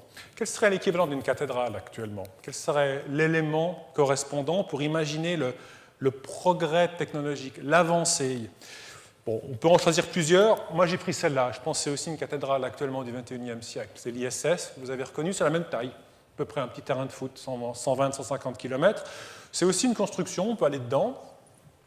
C'est juste dans l'espace. Allez demander aux gens du XIIIe siècle s'ils imaginaient de faire voler une cathédrale dans l'espace. Ils vous ont tous dit... Évidemment, ils n'ont pas la technologie, ils n'ont pas les éléments, ce n'est pas les mêmes matériaux, parce qu'il y a des révolutions qui se font, il y a des découvertes fondamentales qui se font, qui permettent d'envisager les choses différemment. C'est comme quand on est dans le moteur à vapeur, on a beau améliorer le moteur à vapeur, on ne va jamais trouver l'avion-réaction. Il faut des découvertes majeures, fondamentales, qui permettent de transformer le paradigme et de trouver autre chose. C'est imprévisible. Ça se fait, c'est de la science. C'est des gens qui changent les choses. Des Einstein nous font voir le sens différemment, voir la nature différemment, nous font appréhender des phénomènes physiques différents. Tout d'un coup, ça nous ouvre des espaces différents. Moi, je pense que l'image que je vous ai montrée là, elle sera montrée dans quelques centaines, je ne doute pas combien de centaines d'années, parce qu'on y arrivera. Il n'y a pas de raison qu'on ait passé de là à là pour qu'on n'arrive pas à faire la suite. Évidemment, il faut qu'on arrive à rester plus ou moins en bonne santé et pas à s'autodétruire, ce qui pourrait être une question qui pourrait se discuter, mais du point de vue technologique, moi, je n'y vois pas de problème. Alors reste le deuxième problème, c'est que dire de la vie dans tout ça ? Alors, encore une fois, je ne suis pas biologiste, donc je m'avance sur un terrain dangereux. Donc, je vais dire, j'ai une vision assez naïve, mais j'aimerais aussi partager quelques éléments qui sont des éléments qui sont maintenant, je dirais, le corps de développement assez sérieux et de rassemblement de l'astrophysique avec ce qui se passe au niveau de la biologie. Alors, encore une fois, comparons ce qu'on sait, pas grand-chose, mais regardons le système, notre propre système, l'apparition de la vie sur Terre. Donc on ne sait toujours pas comment exactement ça se passe au tout début. On a pas mal d'ingrédients, mais il y a deux, trois choses qu'on peut dire, ce qui nous permet en tout cas d'imaginer ce qu'on ne devrait pas dire quand on regarde d'autres systèmes planétaires. Ça, c'est l'évolution, comme on le comprend de manière extrêmement simple. C'est le seul diagramme que j'ai montré, mais je ne sais pas comment montrer ça autrement que sans diagramme. Donc, en fait, c'est le temps en échelle logarithmique. Ça, c'est la quantité d'oxygène. Donc, l'oxygène est un produit du vivant. Puis ça, c'est différents éléments importants dans l'évolution de la vie. Donc, il est évident que l'oxygène est créé par la vie. Vous voyez, il faut un bon moment. Il ne se passe pas grand-chose pendant plusieurs milliards d'années depuis l'apparition de la Terre. Ça commence là, la Terre se forme ici, et puis là, on est ici. Alors, pour essayer de mieux comprendre ça, moi, je l'ai transformé. Il y a souvent un exercice qui se fait. Prenez l'histoire de la Terre sur 24 heures, puis regardez ce qui se passe. Alors, on va faire ça. Qu'est-ce qui se passe dans les premières 15 minutes? Dans les premières 15 minutes, on a quelque chose d'assez sympa qui se passe, c'est qu'il y a la Lune qui apparaît. Comment elle apparaît? C'est un peu dramatique. Il y a un impact probablement d'une très grosse météorite qui arrache une partie du manteau terrestre et qui fait la Lune. C'est quelque chose qui est assez admis actuellement.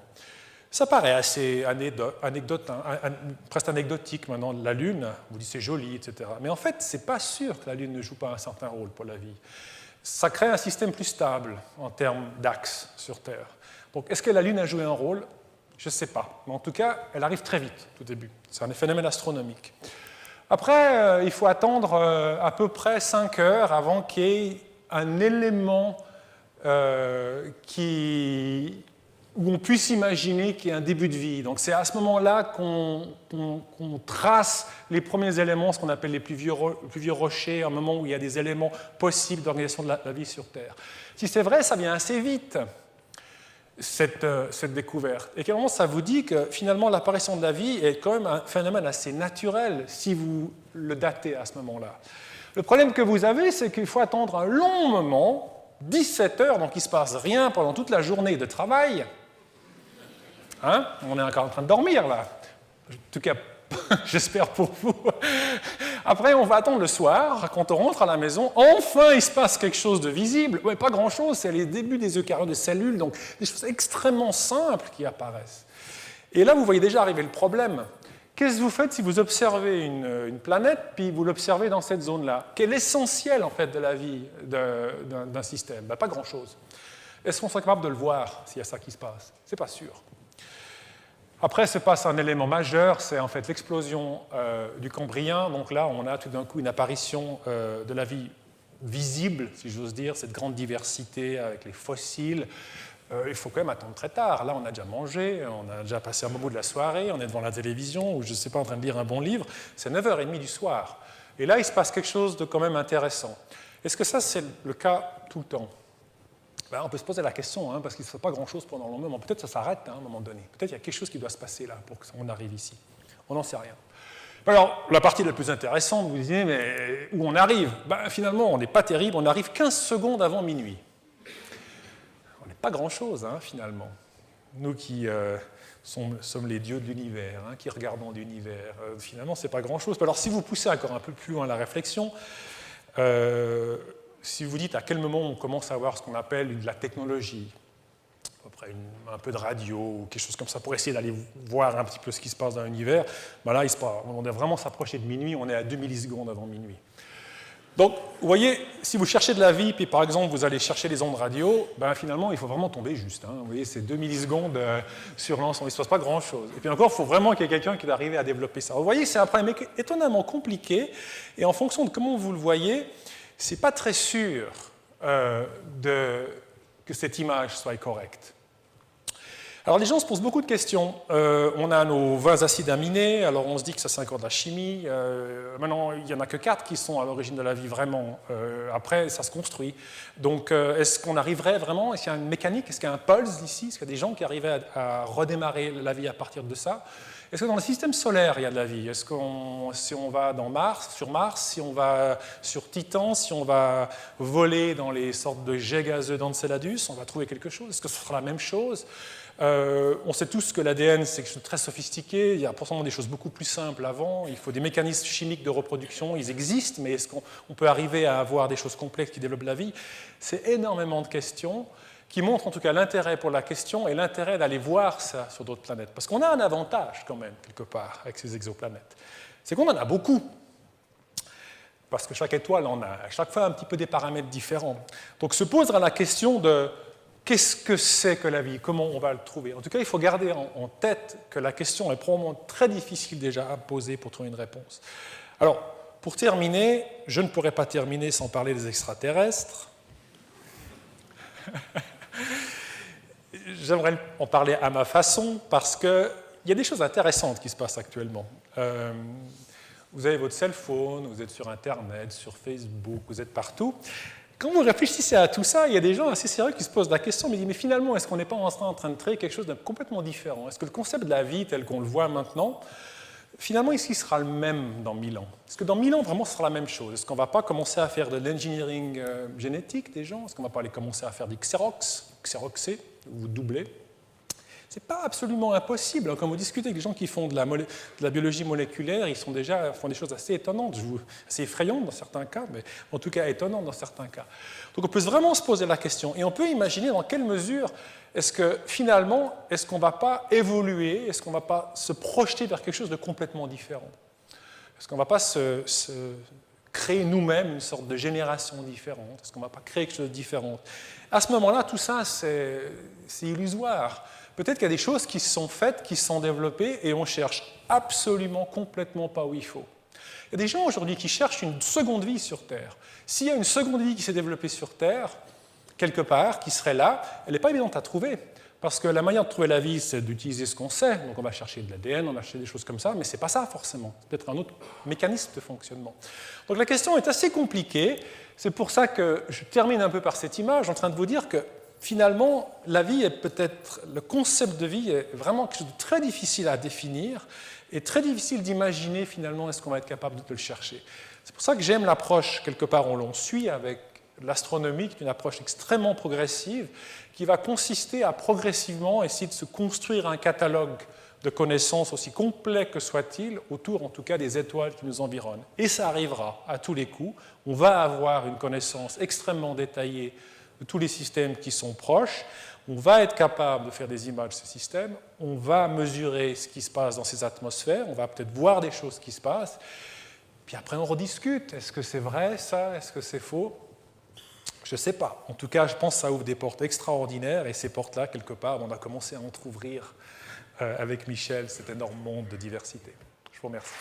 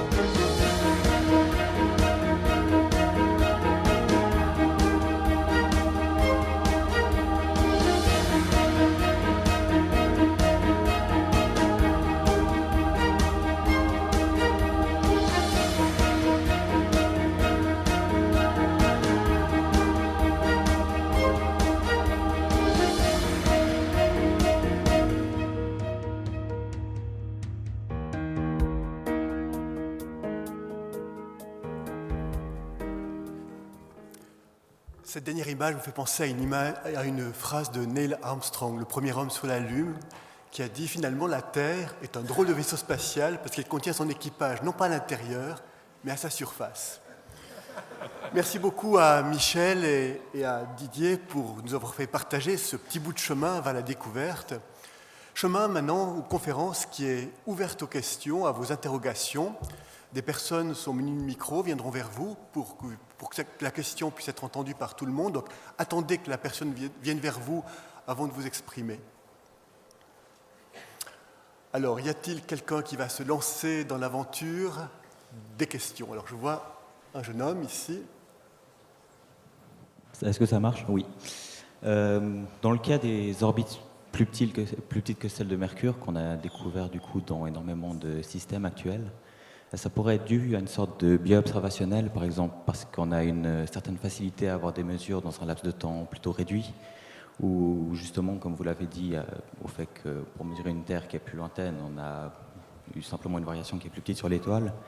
Mais est-ce que ce ne serait pas aussi dû justement parce qu'on a rapidement un grand nombre de données, donc qui permet d'affiner nos résultats, et du coup pour simplement découvrir des planètes qui seraient plus lointaines de leur étoile, est-ce qu'on est dans simplement la bonne méthode pour les faire? Est-ce que la méthode des transits pourrait être par exemple plus précise, ou celle des vitesses radiales comme on le fait actuellement?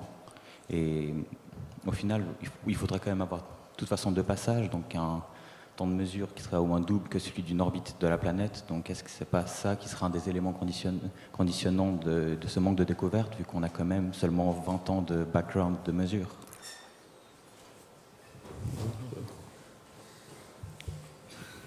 Le problème de la détection des planètes rocheuses dans la zone habitable, la technique des vitesses radiales, elle est vraiment limite dans ses possibilités. C'est clair que la méthode des transits a trouvé déjà des quantités de très petites planètes.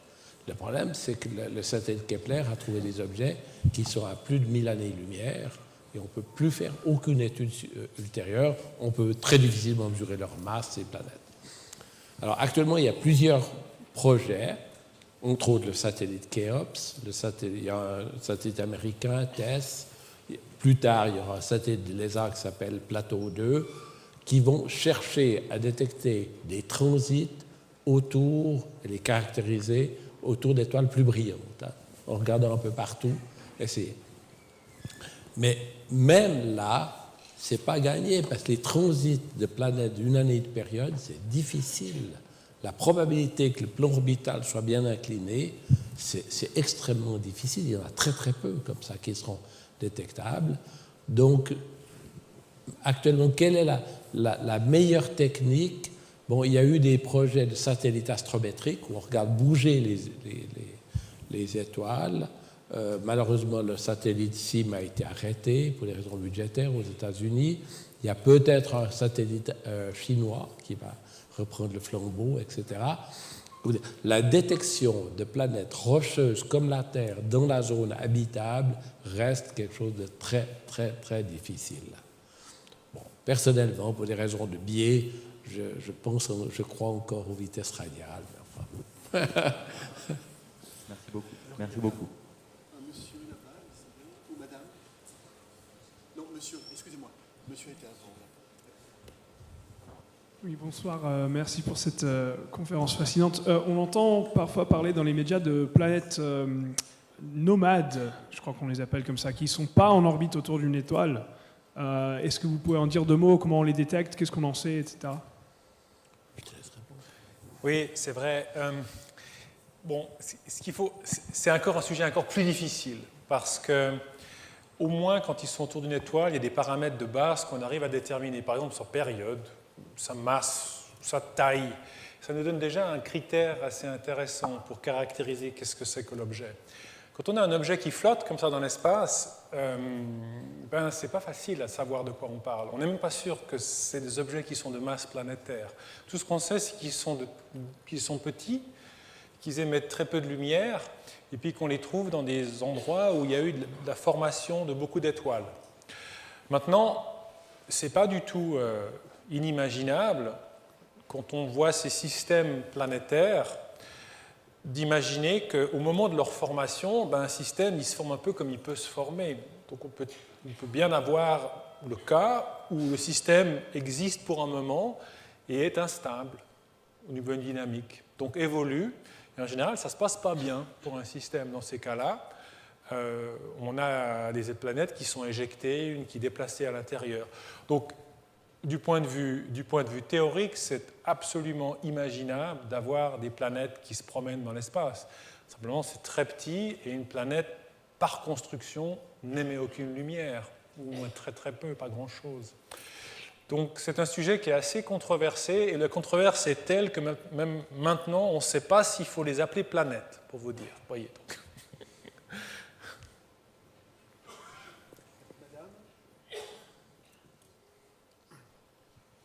Oui, bonsoir tout le monde.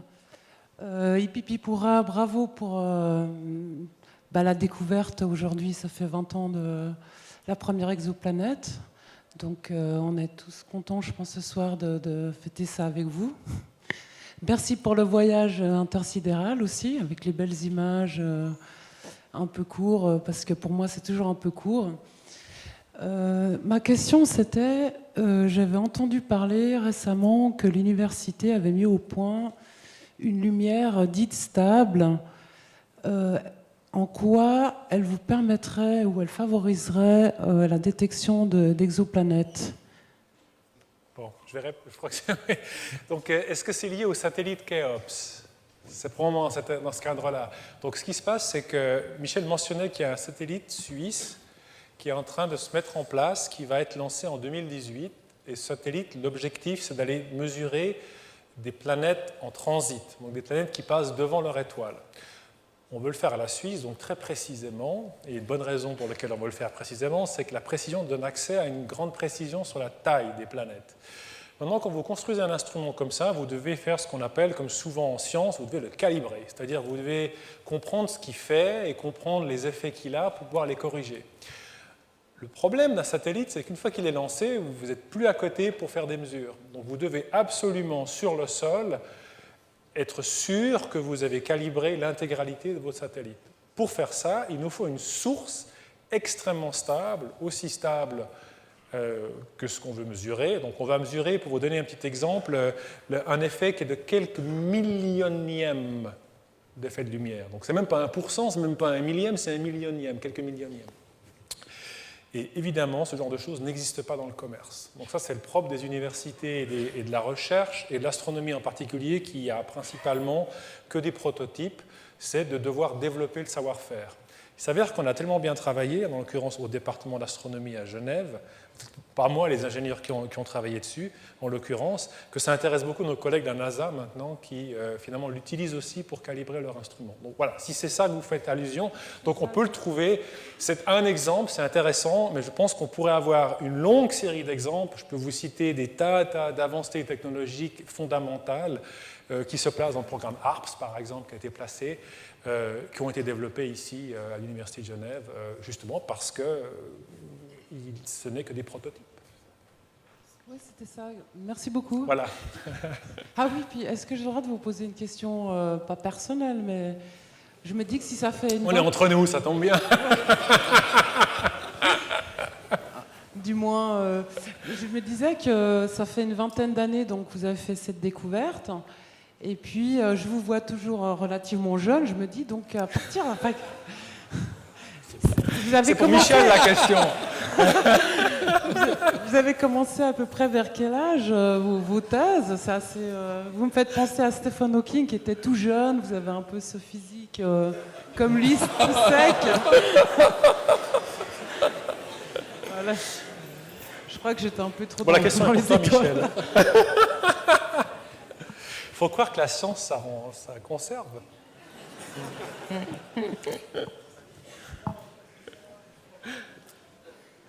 Y a-t-il d'autres... Alors, une question là-bas.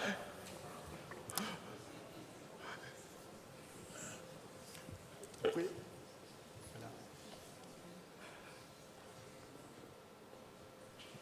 Alors bonsoir, vous avez parlé des différentes définitions qu'on a eues de la vie et que c'était une définition plutôt dynamique Pourquoi finalement se restreindre à la définition qu'on a sur Terre? Et je voulais savoir si on avait déjà imaginé des architectures de vie différentes. Si vous avez quelque chose à dire là-dessus, même si... Alors bon, ça c'est une question un peu piège de l'avouer, parce que bon, c'est vraiment en dehors de mon champ de compétences. Ce que j'ai essayé de montrer, c'est exactement ce que vous dites. C'est d'essayer d'être prudent, de ne pas utiliser uniquement la perception qu'on a de ce qui s'est passé sur Terre, d'ailleurs que l'on ne comprend pas encore, hein, comment se passe l'élément initial, quelles sont les conditions pour que ça émerge, pour que la chimie se fasse, pour qu'on développe quelque chose d'aussi complexe que du vivant. C'est justement dans ce sens-là que d'être peut-être un peu plus aventureux. Maintenant, il y a d'autres ingrédients sur lesquels on peut relativement se baser. Par exemple, la chimie, le fait qu'il y a des éléments, le fait qu'il y a de l'eau, par exemple, l'eau, c'est d'une banalité affligeante dans l'univers. Hein. L'oxygène et l'hydrogène, vous en trouvez partout. C'est des produits, pas l'hydrogène, mais l'oxygène, c'est un produit de la formation stellaire. Le carbone aussi, c'est un produit de la formation stellaire. Donc, tous les ingrédients de base, les briques, quelque part, sont présentes absolument partout. Et toute personne qui étudie des objets jeunes dans des gaz un peu froids, ce qu'on appelle des nuages moléculaires, vous diront qu'ils trouvent des molécules complexes, ils trouvent de l'alcool, par exemple. L'alcool, on en mesure, ils le détectent très très bien. Ils ne le récupèrent pas, mais ils le mesurent. Donc il faut imaginer que la chimie que vous avez ici, elle se passe partout, il n'y a rien de spécifique. Alors maintenant, la question qu'on peut se poser, c'est quelque part, est-ce qu'on a un optimum? Est-ce que le chemin de la chimie du carbone qui mène à la structure telle qu'on l'a maintenant sur la vie, est-ce qu'il est optimum? Ou est-ce qu'il y a des tas de branches, puis finalement on peut avoir plein de possibilités? Je pense que la question est ouverte. Je pense qu'il y a des gens dans la biologie moléculaire qui étudient ça dans les laboratoires actuellement, qui font des modèles pour essayer de comprendre ces ingrédients. Mais la question est tout à fait valide, celle que vous posez. Merci beaucoup. Encore une question là-haut.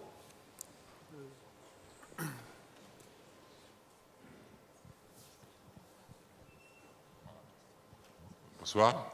Je me souviens quand j'ai vu la nouvelle il y a longtemps, hein, je ne suis plus très jeune non plus, j'étais, comme tout le monde, bluffé par la vitesse, les 4 jours de révolution.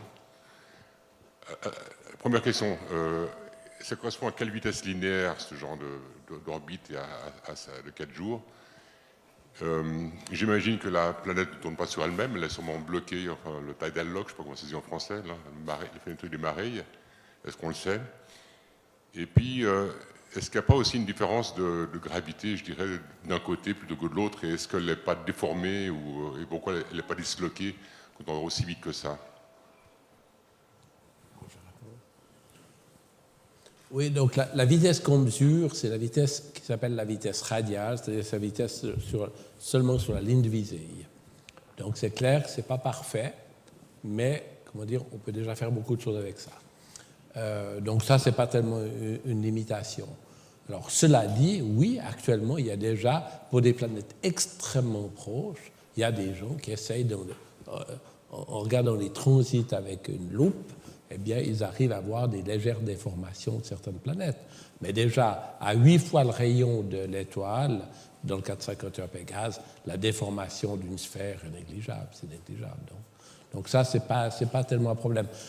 Il y a des choses intéressantes dans la ligne de ce que vous mentionnez, c'est que les planètes les plus proches, elles sont bloquées en rotation. C'est-à-dire qu'elles ont, tout comme la Lune par rapport à la Terre, elles ont toujours la même face qui regarde l'étoile. Donc certainement, la majorité de ces étoiles qu'on voit avec des courtes périodes sont des planètes qui sont dites en mouvement synchrone, c'est-à-dire qu'elles tournent avec toujours une face qui regarde l'étoile. La conséquence, c'est qu'il y a une face qui est très chaude et puis l'autre face qui est froide, ou un peu plus froide.